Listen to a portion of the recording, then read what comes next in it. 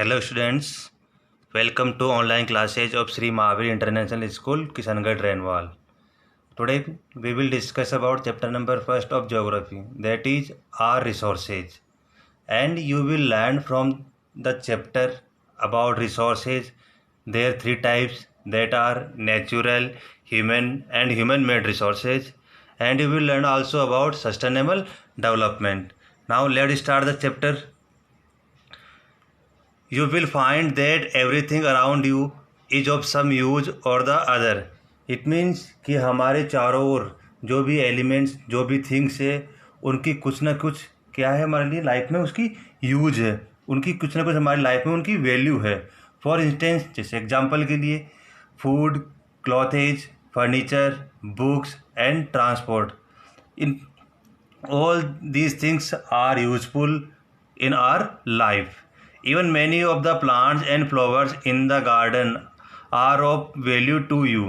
It means कि garden में जो भी प्लांट्स है जो भी फ्लावर है उनकी भी हमारी लाइफ में कुछ ना कुछ उनकी वैल्यू है. At the same time providing beauty to the environment. वही प्लांट वही फ्लावर हमारे एनवायरनमेंट को ब्यूटी भी प्रोवाइड करवाते हैं. It means all the elements of the environment which can be used to satisfy our need and are of value to us are called resources.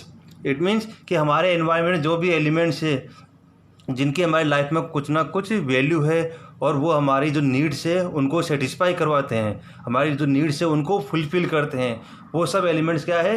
Resources. Human being themselves are a resource because they use their knowledge and skills to transform material available in our environment into resource. कि human being है वो भी खुद क्या एक resource है. क्यों? क्योंकि वो अपनी जो स्किल है अपना नॉलेज है उसको यूज़ करके जो भी हमारे एनवायरनमेंट मटेरियल है उनको रिसोर्स में कन्वर्ट करता है. Thus any material from nature become a resource as and when human find it useful and attach some value to it. It means कोई भी मटेरियल है हमारे नेचर में वो एक रिसोर्स कब बन सकता है? जब ह्यूमन बीइंग उसको यूज करे, उसकी वैल्यू फाइंड करे. For example waterfalls were just river tumbling down steps slope with no real use. कि जब वाटरफॉल है वहाँ से जब पानी नीचे गिरता है तो उसकी कोई वैल्यू नहीं है. They became a resource only when human being invented the technology of harnessing the force of falling water to generate electricity. कि जब तक ह्यूमन बीइंग अपनी टेक्नोलॉजी को इंट्रोड्यूस नहीं करे और वो जो पानी वाटरफॉल से पानी गिर रहा है उसका फोर्स को यूज़ करते हुए हाइड्रो इलेक्ट्रिसिटी प्रोड्यूस ना करे तब तक उसकी कोई वैल्यू नहीं है. So we can say that natural elements that are used to produce something have economic value. It means ऐसे कोई भी एलिमेंट्स जिनसे कुछ ना कुछ इकोनॉमिक रूप से हमें बेनिफिट होता हो, कुछ ना कुछ प्रोड्यूस होता हो, उसकी इकोनॉमिक वैल्यू होती है. Sometimes human attach aesthetic value to some natural elements. Aesthetic value means कि जिनकी कुछ ऐसे भी एलिमेंट्स हैं हमारे एनवायरनमेंट में जो केवल के ब्यूटी को शो करने के लिए काम आते हैं. Such are mountain and sea for their scenic beauty too. Human needs are not the same everywhere in the world nor have they remain static over the year. It means कि human being है वहाँ भी जो human being की जो density है वो पूरे ऑल ओवर वर्ल्ड में इक्वल नहीं है एंड ह्यूमन बीइंग किसी एक पर्टिकुलर प्लेस पे स्टैटिक नहीं है. With the progress of society and the advent of science, our material needs have increased manifold and have become more complex. कि जब ह्यूमन बीइंग की जो रिक्वायरमेंट है वो बढ़ती गई, कि पॉपुलेशन इंक्रीज होती गई, रिक्वायरमेंट बढ़ती गई, इनकी डिमांड बढ़ती गई, इस कारण ह्यूमन बीइंग की जो ये रिक्वायरमेंट और कॉम्प्लेक्स होती गई. The use of resources depend upon कि जो रिसोर्सेज का यूज है वो मेनली 3 इन पॉइंट्स पे डिपेंड है. Number first point, the needs of the people of a region. कि किसी पर्टिकुलर रीजन पे जो भी ह्यूमन बीइंग है उनकी नीड्स है वो. Number second point, their knowledge. कि वहाँ के लोगों का जो नॉलेज है उन पे वहाँ की जो रिसोर्सेज है वो डिपेंड है. And the level of technology they possess और उनके पास जो टेक्नोलॉजी अवेलेबल है उस पर्टिकुलर एरिया में, जो भी टेक्नोलॉजी अवेलेबल है, ये 3 पॉइंट है यहाँ पे रिसोर्सेज डिपेंड करते हैं, उनका यूज डिपेंड करता है। The mineral deposit in Africa were not valuable to the natives as they were ignorant about their use. कि अफ्रीका में जो मिनरल्स अवेलेबल है वहाँ के नेटिव्स, इट मीन्स वहाँ के जो रहने वाले लोग हैं, उनके लिए कोई वैल्यूएबल नहीं है कि जब तक उनके पास उनकी प्रॉपर टेक्नोलॉजी अवेलेबल नहीं है।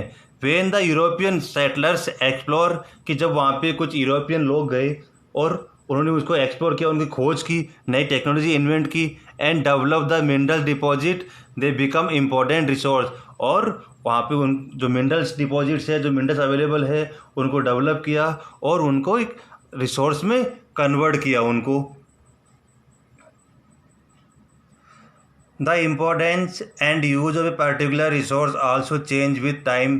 कि जो भी हमारे एनवायरमेंट में रिसोर्सेज अवेलेबल है, जैसे जैसे टाइम पासिस होता गया, उनका यूज भी उसी तरीके से चेंज होता गया। फॉर एग्जांपल, जैसे एग्जांपल के लिए, the forest of India earlier provided only timber and firewood to the locals. कि जब बात करें एंशियंट टाइम की, तो फॉरेस्ट से केवल हमें टिम्बर और फायरवुड ही अवेलेबल होती थी। After being converted to national park, but जैसे जैसे टाइम पासिस हो गया, नेशनल पार्क डेवलप हो गए। Not only do they preserve the flora and fauna, कि उन्होंने फ्लोरा और फ्यूना को प्रोटेक्ट नहीं किया, they also promoted tourism and generate a lot of income. यहाँ तक कि उसके बाद में टूरिज्म अट्रैक्शन भी हुआ एंड इनकम भी होना स्टार्ट हो गई। Therefore the term resource does not refer to a thing or a substance but to its function और its ability to fulfil human needs. इसलिए रिसोर्स कोई एक पर्टिकुलर कोई फंक्शन या कोई एबिलिटी नहीं है, ये क्या है, एक ह्यूमन बीइंग की नीड्स है, उनको फुलफिल करता है। Now next point, types of resources. According to the nature of resources they can be classify into 3 types. कि नेचर के अकॉर्डिंग रिसोर्सेज है उनकी 3 कैटेगरी में डिवाइड किया गया है। Number first natural resources, number second human resources and number third human made resources. Now number first natural resources. All resources that are obtain from nature are called natural resources. कि जितने भी resources है, जितने भी elements है, वो जो हमें नेचर से मिलता है, उन्हें क्या बोलते हैं, natural resources. On the basis of their origin natural resources can be classify as biotic resource and abiotic resources.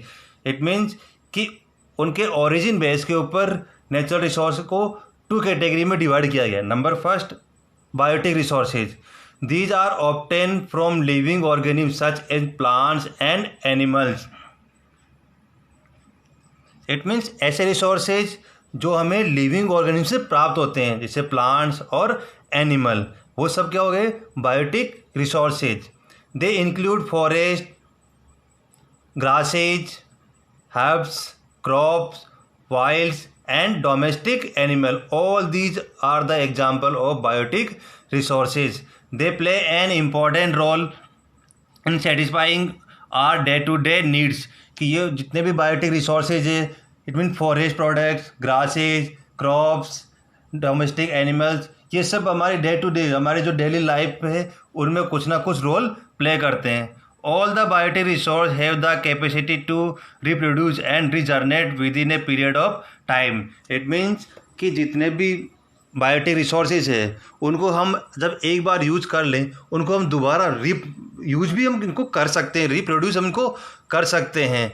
दस दे आर रिन्यूएबल रिसोर्सेज, इस कारण इनको रिन्यूएबल रिसोर्सेज भी हम कहते हैं। Next abiotic resources, these are obtain from the non living और physical environment. ऐसे रिसोर्सेज जो हमें नॉन लिविंग थिंग्स और फिजिकल एनवायरनमेंट से हमें मिलते हैं। जैसे एग्जांपल के लिए land, soil, water, air, rocks and minerals, all things are abiotic resources. Human use them directly और indirectly to satisfy their needs. कि ह्यूमन बीइंग है इन अबायोटिक रिसोर्सेज को डायरेक्ट और इनडायरेक्ट रूप से इनको यूज करता है। जैसे एग्जांपल के लिए लैंड, सॉइल, ये सारी थिंग्स यहाँ पे लैंड या सोइल, इनसे एग्रीकल्चर, इन पे एग्रीकल्चर करता है इनके ऊपर, और क्रॉप्स है, ग्रेन है, वो प्रोड्यूस करता है जिनको हम खाने के लिए हमें काम करते हैं, यूज़ लेते हैं उसको, ये हमारे लिए इनडायरेक्ट यूज़ हो गया। और वाटर, एयर, एक ह्यूमन बीइंग इनको डायरेक्टली यूज करता है। Some abiotic resource like minerals are non renewable while some of them like water and air are renewable. Abiotic resources renewable resources भी हो सकते हैं और नॉन रिन्यूएबल रिसोर्स भी हो सकते हैं। जैसे एग्जांपल के लिए वाटर एंड एयर, ये दोनों रिन्यूएबल रिसोर्सेज है, बट मिनरल्स ये क्या है हमारे non renewable resources. Now, on the basis of their renewability, natural resources can be classified as renewable and non-renewable. Now, number first, renewable resources. Some resources like sunlight, wind, water, and sand do not get exhausted even after continuous use. It means कि ऐसे resources जिनको हम continue use कर लें फिर भी वो कभी ख़त्म नहीं हो, इन फ्यूचर भी वो अवेलेबल रहेंगे। जैसे लाइक सनलाइट, कि सनलाइट कभी भी कितना भी यूज कर लो वो कभी भी ख़त्म नहीं होने वाली। Wind, water and sand, water यहाँ से है not fresh water, we are talking about saline water that available in ocean. All these resources will not exhausted after continuous use. These are the inexhaustible resource, कि ये ऐसे resources ये कभी ख़त्म नहीं होने वाले। These are the some resources are limited in supply and get diminished after every use, but they have the capacity to reproduce and regenerate within a period of time. कि इनमें कुछ ऐसे रिसोर्सेज है जिनको अगर हम continue use करें तो हो सकता है इन फ्यूचर उनकी जो क्वांटिटी है वो कम हो जाए, बट इनमें ये कैपेसिटी है कि एक पीरियड में, एक टाइम पीरियड में ये अपने आप को वापस रीजनरेट कर सकते हैं। They are called renewable resources, उनको हम क्या बोलते हैं, renewable resources. They include biotic resources like plants, animal and human. की रिन्यूएबल रिसोर्सेज एग्जाम्पल कौन से हो गए, biotic resources like plants, animal and human. Now next, non-renewable resource. Some resources get completely exhausted after use and cannot be replaced. कि हमारे environment में कुछ ऐसे भी रिसोर्सेज है, कुछ ऐसे भी एलिमेंट्स हैं जिनको हम अगर एक बार यूज़ कर लें तो दोबारा इन फ्यूचर कभी भी वापस रीजनरेट नहीं होंगे, वापस वो रिप्लेस नहीं होंगे। दीज आर द एग्जॉस्टेबल और नॉन रिन्यूएबल रिसोर्सेज। इनको हम क्या बोलते हैं, इनएग्जॉस्टेबल मतलब जो ख़त्म हो जाएंगे, and non renewable resource. They include all minerals like, इनमें एग्जांपल कौन कौन से हो गए, अप्रॉक्सीमेटली ऑल मिनरल्स, जैसे example iron, copper, fossil fuel like coal, petroleum and natural gas. Some of them minerals like iron, gold and silver can be recycle with the help of technology. कि कुछ minerals है iron, gold, इनको अगर हम technology use करके इनको वापस हम रिसाइकिल कर सकते हैं। Fossil fuel however can not be recycle, but fossil fuel अगर हमने एक बार इसको यूज कर लिया तो दोबारा वापस ये कभी रिसाइकिल नहीं होगा। हमने हमारे ट्रांसपोर्ट में फ्यूल डाल लिया, एक बार कंज्यूम हो गया, वो दोबारा रिसाइकिल नहीं होगा। On the basis of their stage of development, natural resource can be classified as potential and actual resource. Now, natural resources again sub-classify into two categories that are potential and actual resources, and on the basis of stage of development. Now, number first, potential resource. These are resources which exist in a region and could be used in the future but have not been developed yet to their full potential. It means कि ऐसे resources जो किसी particular reason में available तो है but हमारे पास proper technology, proper skill नहीं होने के कारण उनको हम अभी प्रॉपर रूप से उनको यूज़ नहीं कर पा रहे हैं। तो फॉर एग्जांपल अफ्रीका है न्यूमेरियस वाटरफॉल, कि अफ्रीका में बहुत सारे वाटरफॉल है which could be harnessed in the future to generate hydro electricity, कि उनसे हम की संभावना है इन वाटरफॉल से हम हाइड्रो इलेक्ट्रिसिटी हम प्रोड्यूस कर सकते हैं। But at present have not been fully utilised, but अभी at present proper technology proper skill नहीं होने के कारण हम इनको अभी यूटिलाइज नहीं कर पा रहे हैं। द वाटरफॉल्स आर दस ए पोटेंशियल रिसोर्स फॉर अफ्रीका, इस कारण अफ्रीका के लिए वहाँ के जो वाटरफॉल्स है वो क्या हो गए, potential resource. To develop potential resource fully a detail survey is required for estimating their quantity and quality, इसलिए हमें पोटेंशियल रिसोर्स को फुली रूप से हमें अगर यूज करना है, उनको यूटिलाइज करना है, तो हमें एक प्रॉपर सर्वे की रिक्वायरमेंट है। प्रॉपर सर्वे करके कि वहाँ पे किस टाइप की टेक्नोलॉजी, किस टाइप के स्किल्स की रिक्वायरमेंट है, वो वहाँ पे अवेलेबल करवाए और उन रिसोर्स को यूज करें। Now number second, actual resources. These are resources which can be put to actual use as their quantity and quality have been properly assessed through detail survey, कि ऐसे रिसोर्सेज जिनके सर्वे के through हमें उनकी quality and quantity दोनों पता है और उनको हम हमारी टेक्नोलॉजी हमारी स्किल के थ्रू उनको हम यूज कर रहे हैं। For example coal and iron ore deposit in India, जैसे एग्जांपल कि इंडिया में जो भी आयरन और है, कोल है, जो भी एरिया में डिपॉजिट है, वो हमारे लिए क्या हो गए, actual resources. The portion of the actual resource which can be develop profitably with available technology is called reserve. It means कि हमारे पास जो टेक्नोलॉजी अवेलेबल है उनको हम यूज करके हमें प्रॉफिट होता है, उसी को हम क्या बोलते हैं, reserve. On the basis of their distribution natural resource can be classify as ubiquitous resource and localise resource. It means कि वहाँ के डिस्ट्रीब्यूशन बेस पे फिर से नेचुरल रिसोर्सेज को 2 कैटेगरी में सब डिवाइड किया है। Number first, ubiquitous resource are those that are found everywhere, कि ऐसे रिसोर्सेज जो पूरे all over earth, it means हर रीजन में अवेलेबल है, लाइक सनलाइट एंड एयर, कि सनलाइट और एयर पूरे अर्थ पे अवेलेबल है। Next, localise resource are those that are found only in certain place, कि लोकलाइज रिसोर्स कि ऐसे रिसोर्सेज जो केवल किसी पर्टिकुलर रीजन पे ही अवेलेबल है, लाइक स्विफ्ट फ्लोइंग रिवर्स, की तेज बहने वाली नदियाँ है, एंड डिपॉजिट ऑफ कोल्स, इसके अलावा coals and minerals like gold that found in South Africa, all these are localise resource. Now second type of resource, that is human resource. Human resource include the quantity as well as the quality of the people.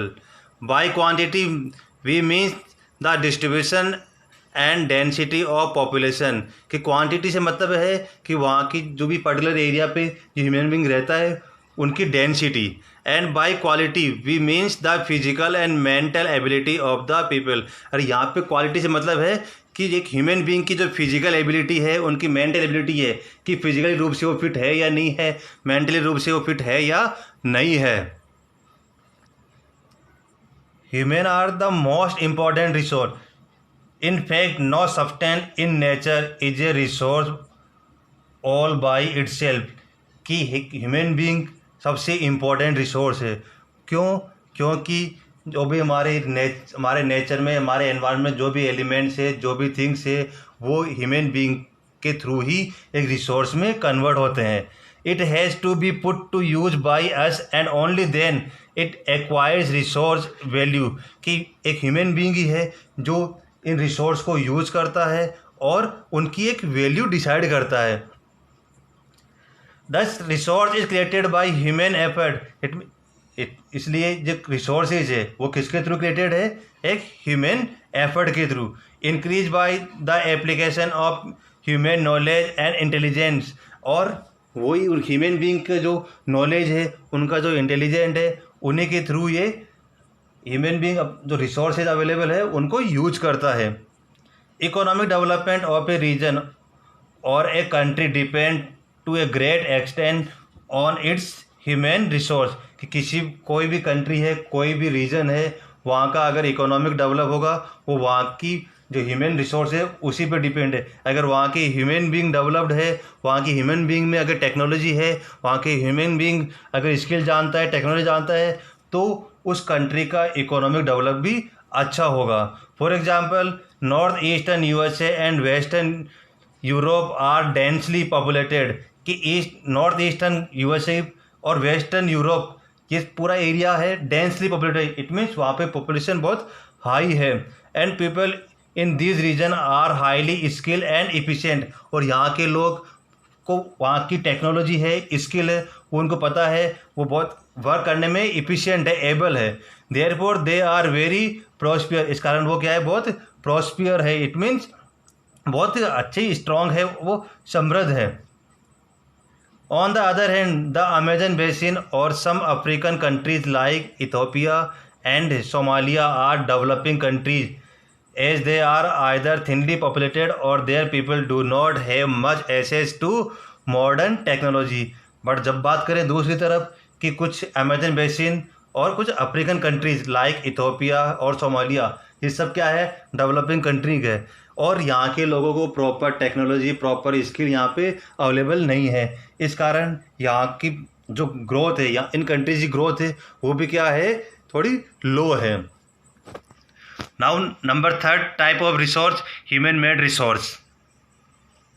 These resources are created by human being from the material available in the environment. It means कि ऐसे resources जो human being के through create किए गए, जो भी हमारे environment में जो मटेरियल अवेलेबल है उनको यूज करते हुए एक ह्यूमन बीइंग कुछ नया कंस्ट्रक्ट, नया इंफ्रास्ट्रक्चर डेवलप करता है, उसी को हम बोलते हैं human made resource, like building, road etcetera. They in turn are used for the production of the other resource, tools, machines, buildings and other infrastructure are all example of human made resources। कि जो tools है, machines है, buildings है, ये सब क्या है, human made resource के example। The rate at which resource are produced is called productivity। कि ऐसी जो resource की जो rate है, जो प्रोड्यूस करता है, उसको हम बोलते हैं productivity। Productivity depends on the level of technology used। कि अब प्रोडक्टिविटी है वो कुछ फैक्ट्स है, उन पर डिपेंड है। तो कौन कौन से फैक्ट्स हो गए, नंबर फर्स्ट है लेवल ऑफ टेक्नोलॉजी यूज, कि जो टेक्नोलॉजी हम यूज़ कर रहे हैं वो उनका लेवल, द लो कि वहाँ के उस पर्टिकुलर रीजन का law, and other situation, the political and social institution and the infrastructure available. All these are the main factor that depend the productivity. Now conservation of resources। Earlier human used the gift of nature to satisfy their need which were very simple।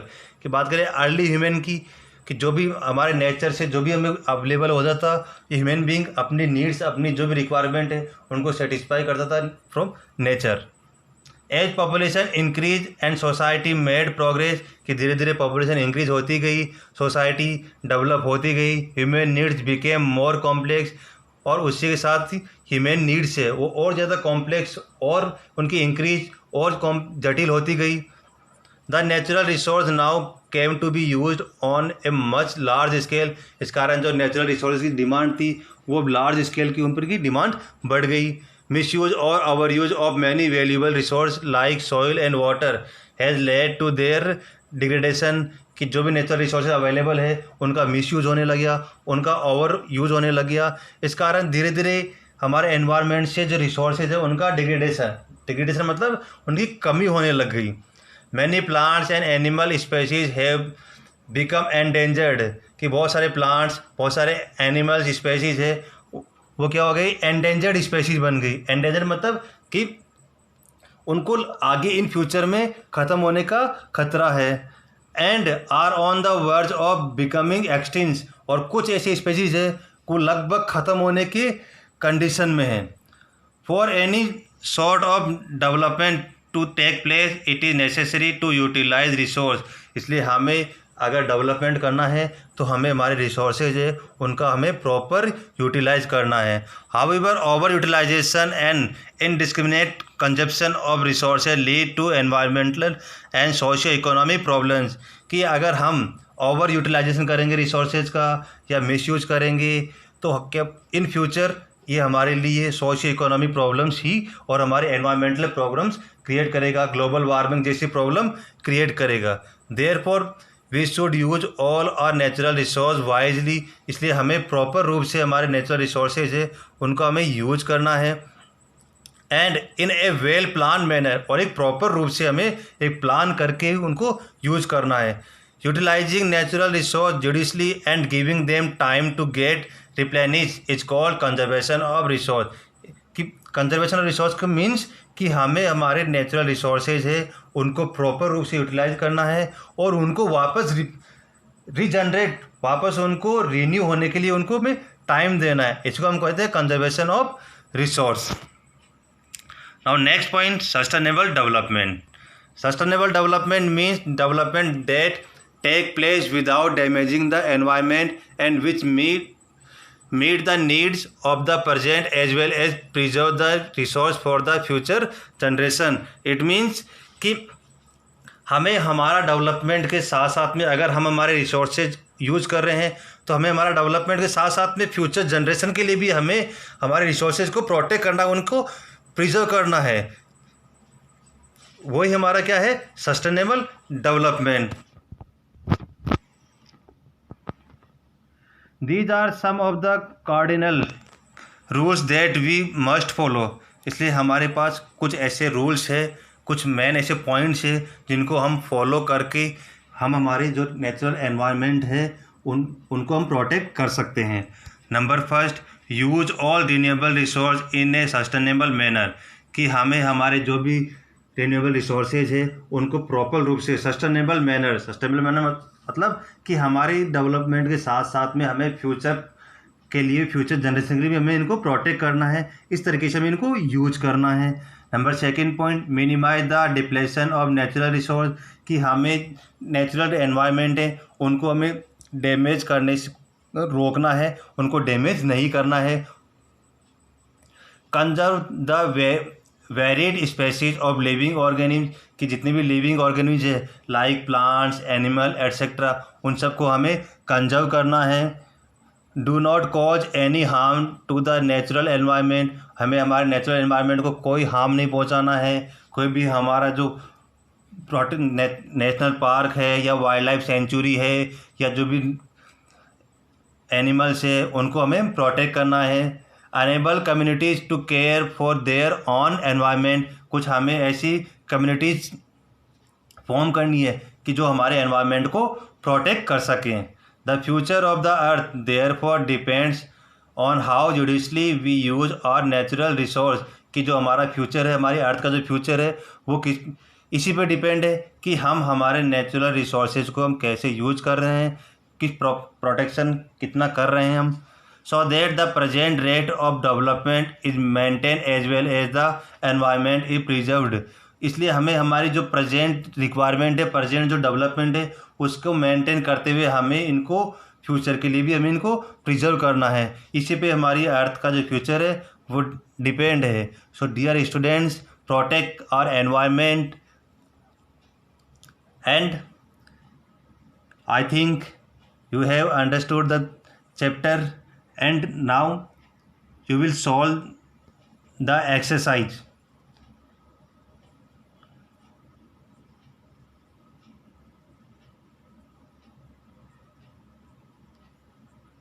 You will do all the question answer in your notebook।